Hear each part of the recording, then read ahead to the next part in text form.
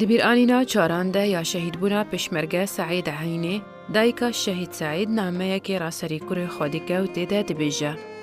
کوری منی هیجا سعید دبیرانینا چارانده یا شهید بونا تا هین ساویرا تا دل دیا. تو بوی روشتا خویا پیروز و لهنگی تا یا بلند و هلوستین تا یم بنرخ لبیرامنه.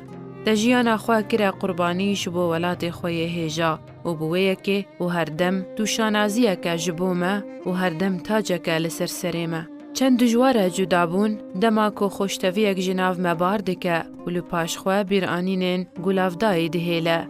بیرانینین تا تجار جناو ناچن و دهش دهاتنه کولان و بخاما وفاداری دهمی دلان دهاتنه نیوساندن. دلي بحسابي قيهرين ما تفكري بزاواي كردستاني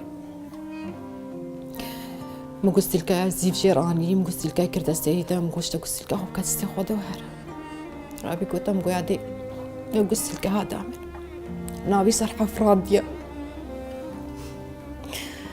نابي صرحة فرادية نابي خسر دانيا قاعدة بقصت لك أنا نجمت أبي بقصت لك دستيت أدبي حتى زبم ربي دستيت أدبي قريبا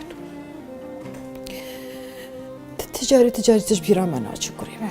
از جخودای مزن لاوا دکم، جخودای جه بلند کو تدبهشتا بلنده بجه بکه و ملسر خیره جارکدی بجوینه و مبگهینه پلاته یا بلند پلا شهید بونه.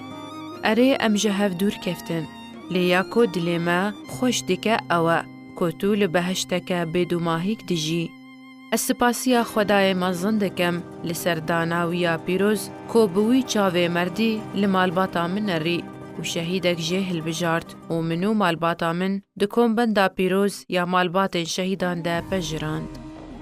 دایکا شهید سعید بوی نامه یا خواه نتنه لهنگیا کره خوانی شاده ده لی لهنگیا دایکن کرد دایکن شهیدان دیاری همو جیهانه دیگه. شیرین کیلو